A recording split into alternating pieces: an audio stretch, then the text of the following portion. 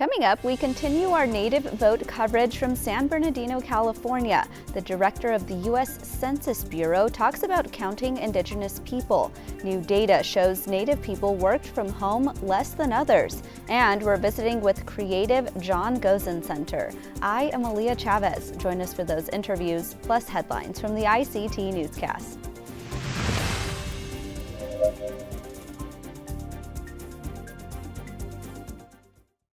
This program is made possible by the Corporation for Public Broadcasting, a private corporation funded by the American people.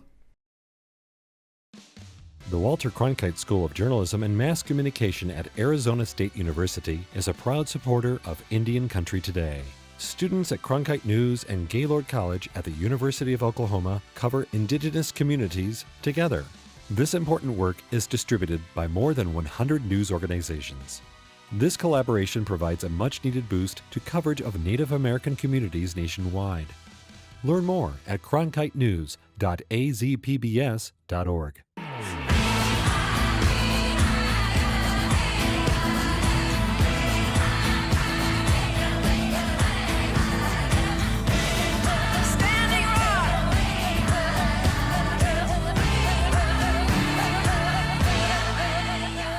This is the ICT Newscast with Aaliyah Chavez.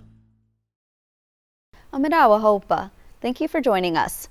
Tuesday, November 8th is Election Day in the United States. All seats in the U.S. House of Representatives are up for election this year, as well as around a third of the U.S. Senate. Many experts will be closely watching which party will take control of both chambers of Congress. To add to that, various states are electing governors. The midterms are set to have wide repercussions for Indigenous communities. According to reporting by ICT, 87 Native candidates are on the November ballot in state and national offices. Those candidates are spread across 20 states. There are 11 Indigenous candidates running for U.S. Congress in states like Virginia and North Carolina, as well as Wyoming and California. Many will be closely watching Oklahoma, as current Representative Mark Wayne Mullen could become the first Indigenous person to serve in the U.S. Senate since 2005 under the term of Ben Nighthorse Campbell. ICT will be watching all of these races closely and will of course air our special election night show starting at 7 p.m. Pacific time on this station and on our social media pages. Now to the Supreme Court, where a major case involving Native children will be heard on Wednesday. Arguments in the highly anticipated Brackeen versus Holland case will be heard by the justices regarding the status of the Indian Child Welfare Act. Several hundred people are expected to attend the hearing, and tribal leaders are expected to host a rally held by the Protect ICWA campaign. It is sponsored by the National Indian Child Welfare Association. The event will be held at 9 a.m. local time and will include singing, prayers, and a drum group. ICWA has been labeled as the gold standard in child welfare policy, and experts warn there would be huge implications if it was overturned. While the High Court is holding hearings on Wednesday, it is not expected to release a decision until next year. The feeling of getting back into the powwow arena for the first time after a while. That's what happened for 500 people over the weekend at the Salt River community in Phoenix. Here's ICT's Pacey Smith-Garcia with the story. Over the weekend, people from all over Turtle Island gathered for the Red Mountain Eagle Powwow. The event is back after 2 years due to COVID-19. Located in the Salt River Pima Maricopa Indian community, it draws food, vendors, and artisans. It is a highlight in some people's calendars with many repeat attendees. I not only danced here, I used to announce here. I was one of the announcers when this powwow started getting big. And then after that, they relieved me and I'm dancing now. But altogether, it's got to be easily over 20 years now. Powwows serve as a gathering place for families and for the Indigenous community at large. It also serves as a way to preserve tradition. Trevor Foster spoke about the importance powwows may serve to urban Indigenous youth. Who you are, and don't forget where you come from. Being urban Native American youth, we have that confusion about being Native American living in an urban society. There's that confusion there that our children they face. So me, being the youth development specialist, I encourage them to remember who they are, remember their culture, their language, and to not get confused about who you are because you are a strong Indigenous individual. This was a sentiment that was shared by many. Get who you are. Try to learn your language and learn your cultural ways. You may not think about it now, but in the long run, it's going to help you with your struggles in life, your trials in life. In Phoenix, Arizona, Pacey Smith-Garcia, ICT News. And those are the headlines for the ICT Newscast.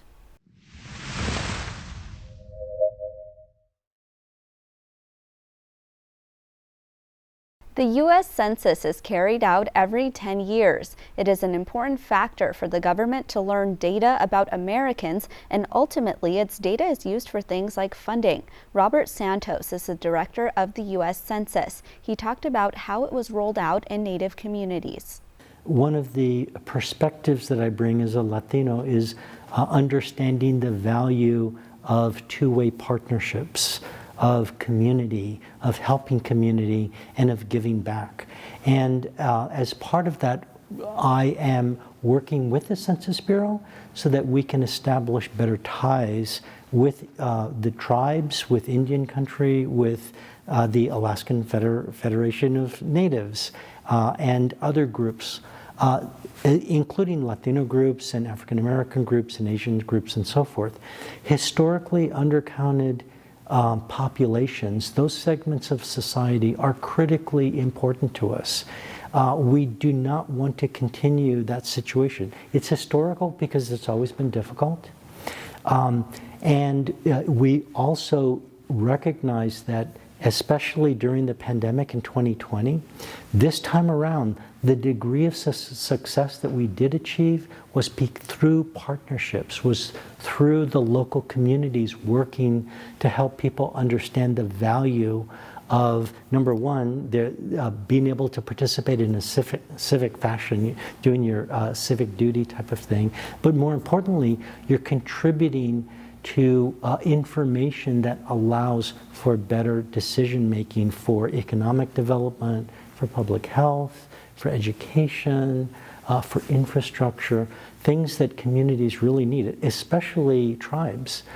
People on tribal lands are suffering, and we need better ways to understand the needs of those communities. And through participation in things like our censuses and our regular surveys like the American Community Survey, we can find out who we are as a people, understand our needs, and respond to them better. Santos went to the recent Alaska Federation of Natives gathering. He says meetings like this helped with a better rollout of the census. We absolutely believe it did make a difference, and in fact we value those connections with tribes and with the AFN so much so that we have committed to an ongoing, continuous relationship. So I have met with groups, I've met with tribes, we've conducted tribal consultations. We are just beginning. What I tell people from Indian country, what I tell tribal leaders and elders, when I have the honor to meet with them and listen to their needs, I tell them, please understand, this is a beginning, this is not an end. We're not here as the Census Bureau to basically check a box and say, we've done our part, we met, and then exit stage left. No, we absolutely need this continuous partnership. This is a continuation for many, but in some cases a beginning of a relationship that we will strengthen over time. And we want to be able to demonstrate with our data products and tools that we provide to tribes and to Indian communities that the data are valuable for planning, for understanding people's needs in those tribes, and to better respond to them. The census director talked about what he thinks the future will look like with the census and Native communities. I think it looks very positive from my view, because that is, my vision has always been one of possibilities. I understand that threats always exist and challenges always exist. There are challenges of trust, for example. But I see opportunity in all of this because we are becoming a richly and beautifully more diverse nation. And as part of our development and growth in diversity, we are understanding and coming to terms with the strength that that gives us. And that includes people living in tribes and people in Indian country and American Indians and Alaska Natives, regardless of where they live. The more diversity there is, to me, the stronger we are as a nation, the more strength we can draw from the different perspectives. But we need to cultivate that. We can't simply sit back and say, we're becoming more diverse, because there's a lot of polarization, going on in our society. We need to leverage the information that we gather about who we are as a nation and our diversity and people in Indian country, and then take that to make things better. We're going to do our part from the Census Bureau to make sure we gather the most accurate, relevant, and timely data that's scientifically, has high scientific integrity. And we're going to provide that. And we're going to do that by having really strong ties to Indian country, to tribes, to associations, and so forth. So we're building on those relationships, and we're going to continue them. So you can look forward to that. That was Director of the US Census Bureau, Robert Santos. We'll be right back.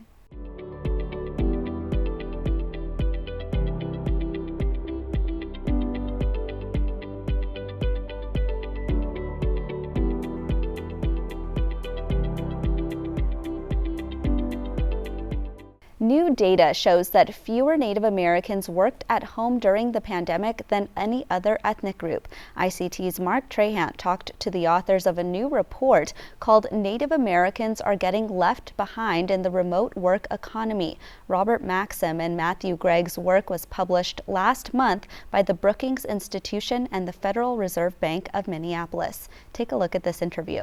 Native American workers have consistently lagged other workers in access to remote work since the start of the COVID-19 pandemic. We find that the largest factor contributing to that gap is the type of jobs that Native American workers have access to. And then I think, beyond that, in terms of what to do about it, I don't think that there's a single policy fix that will eliminate the remote work gap, but rather, in order to rectify some of these discrepancies, we think that the Native American workers and tribal economies really as a whole will need sustained investment over time. I don't know, Matt, would you add anything on there? Sure. One of the motivations and one of the key takeaways is that every month the Bureau of Labor Statistics collects this information and make it kind of hard for the public to access. And one of those particular questions that we wanted to dive into is buried in the Bureau of Labor Statistics database, and it's in particular with it relates to remote work access. And so one of the key takeaways that should kind of underlies the whole idea of the web article is that there is a lot of data that we can on American Indians, Alaska Natives.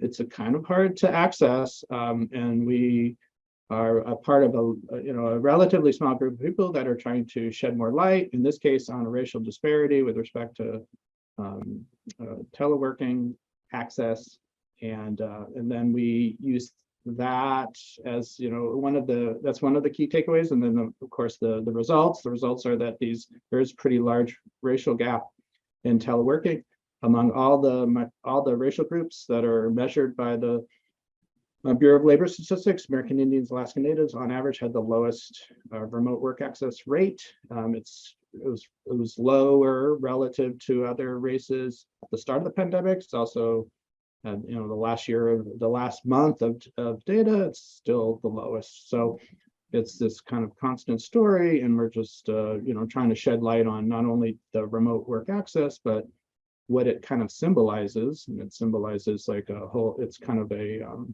proxy for for work engagement and work-life balance and all these other variables, and it does suggest that, the title suggests in the paper, American Indians are lagging behind in this kind of new way of working. One of the things that struck me about the report is even if you have the internet and even if you have office furniture, another challenge is family. And that's one you don't see very often identified as an issue. Yeah, that's like as the pandemic is increasing, we are seeing that there are non-occupational differences that are driving the remote work access gap. One could be, like you said, families. One could be multi-generation households. One could be just you're living in rural areas of the U.S. that simply lacks access to reliable and affordable internet, and those could just be one of the many factors that are making employment less important of a predictor of the remote work access than it was when the pandemic started, when just essential workers worked in person and non-essentials completely, worked from home. Now we're reaching the stage where we're getting this hybrid work environment, and we are seeing that those kind of long-lasting barriers for equality in the labor force, especially between whites and American Indians, are starting to become more important, and those occupational differences become less important. One of the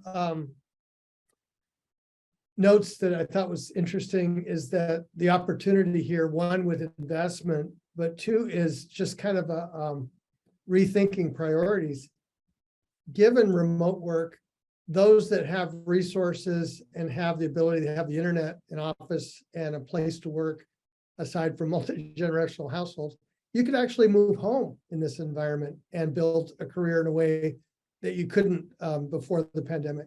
Yeah, we talk about that in a piece. There's benefits to individuals around remote work, and then there's benefits for Native nations as well, and tribal economies in particular. So, over the past few years, there have been a variety of new studies that have come out that have showed the benefits of remote work for individuals. The ability to reduce exposure to COVID-19 during outbreaks, reduce commute time, improved work-life balance, in some cases, increased job satisfaction. But importantly, remote work also has important benefits for tribal economies as a whole. And so we mention in the piece that remote work has the potential to reduce outmigration from Native nations, in particular by creating both new opportunities for Native American, American Indian, Alaska Native workers to connect with jobs without leaving their home communities, but also by creating opportunities for Native-owned firms, for example, to connect with workers elsewhere while still being based on their homelands. And that's a huge source of potential spillover jobs as well. And so we talk about the fact that this matters not just for economic well-being, but because outmigration can threaten cultural well-being for tribes and Native nations as well. And it makes it more difficult for individual tribal citizens to maintain cultural ties to fellow citizens. And when that is spread across multiple generations, when a family is forced to move off their homelands, if it's more difficult to keep those ties, then that can actually weaken as a whole, the ability of a Native nation to operate as a sovereign political entity. So, I don't want to say that remote work is going to solve, the many myriad of challenges that tribes face around tribal sovereignty, but the ability to create new opportunities, Mark, like you said, for workers on their homelands, and the ability to stay there and to find a livelihood while being connected to their Native nation is absolutely a benefit here. Rob and Matt, thank you so much. Thank you, Mark.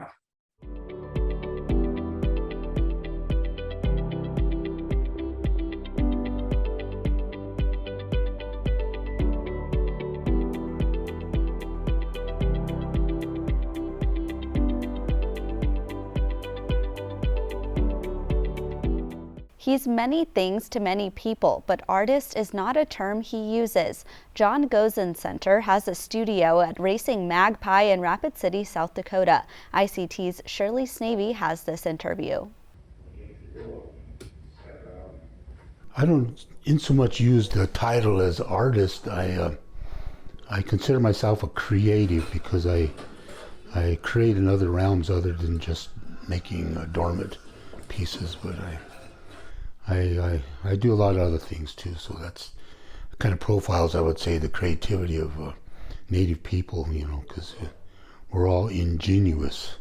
We're making new things, creating new things, inventing new things, repairing things, adapting things, and so it just brings together all of our attributes as being resourceful, creative people. So that's why I'm a creative, not an artist. You could say survived the boarding school, you know, but I also served in the military, and but I got a degree in museum studies.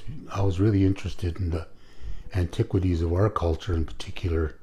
You know, I was kind of raised with my grandmother, so seeing the old timers talk and seeing things that they had. I mean, all these things interest me about our culture. So I finished in 1974 at the University of Colorado, but hard to get a job in a museum in them days. But anyway, I went on to develop a technical career at IBM, and I worked there 17 years and learned a lot about technology, and in particular, I worked in advanced technologies laboratories, and it was exposed to emerging technologies. And when I heard about geographic information systems, computerized mapping, it just fell in place for me to say, this is what Native people need. And in fact, today, many tribes are doing it and using it, but it was implemented by the BIA, which was more for self-serving for them and managing our lands and leases, you know, but now we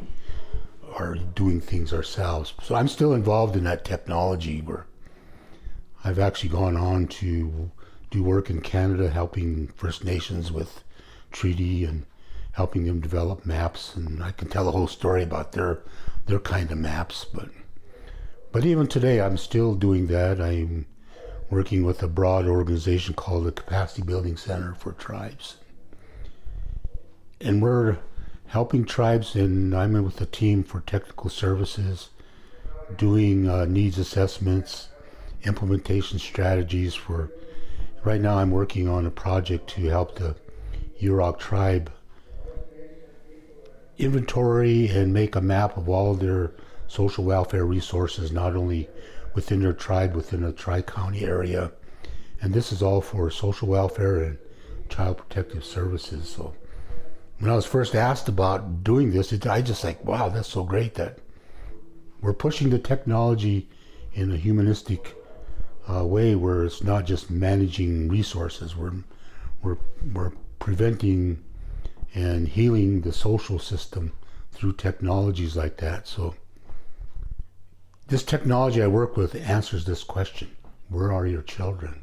So you can see its applications in ICWA and all kinds of other things in the tribe. So I haven't retired, so I'm still, but I do my artwork, and that's my sanity, you know. It's like, it grounds me, brings me back to my childhood, my raising, my understanding how my ancestors lived at one time. The true essence of their creativity has to do with living in harmony. It's such an expression, you know, that our ancestors reached a point of equilibrium with their environment. And so I always coined them as being spiritually intelligent, you know. So those are inspirations I kind of live with, and hopefully I can express that through my own creativity in different ways, you know. But like I said, making jewelry, or, you know, doing those kind of things in the culture, with the culture, for the culture. I mean, that's what I'm all about. But people see pictures in them, they see a lot of things in the patterns of these agates, you know. And yes, I see landscapes in them, you know. And in fact, some of my engraving that I do mimics the horizon, the pinnacles, anything that flows, I articulate them and I create an abstract geometric design out of them, which I think, when I think of those parfleche designs, those are the woman's worldview. We had men's art and women's art, and they were complementary.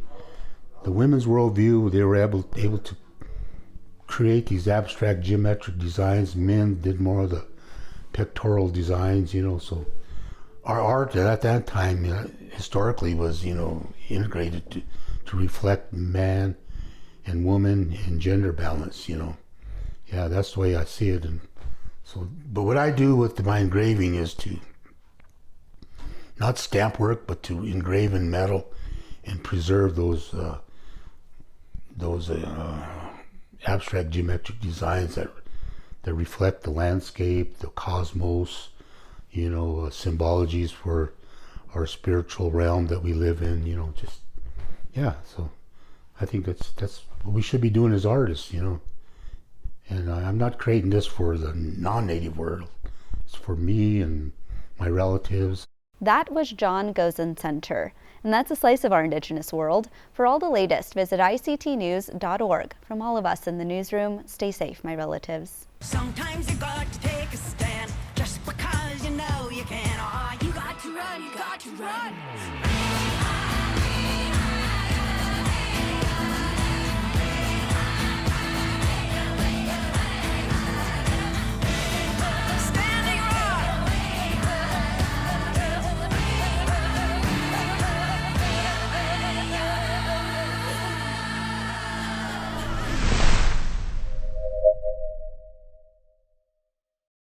This program is made possible by the Corporation for Public Broadcasting, a private corporation funded by the American people.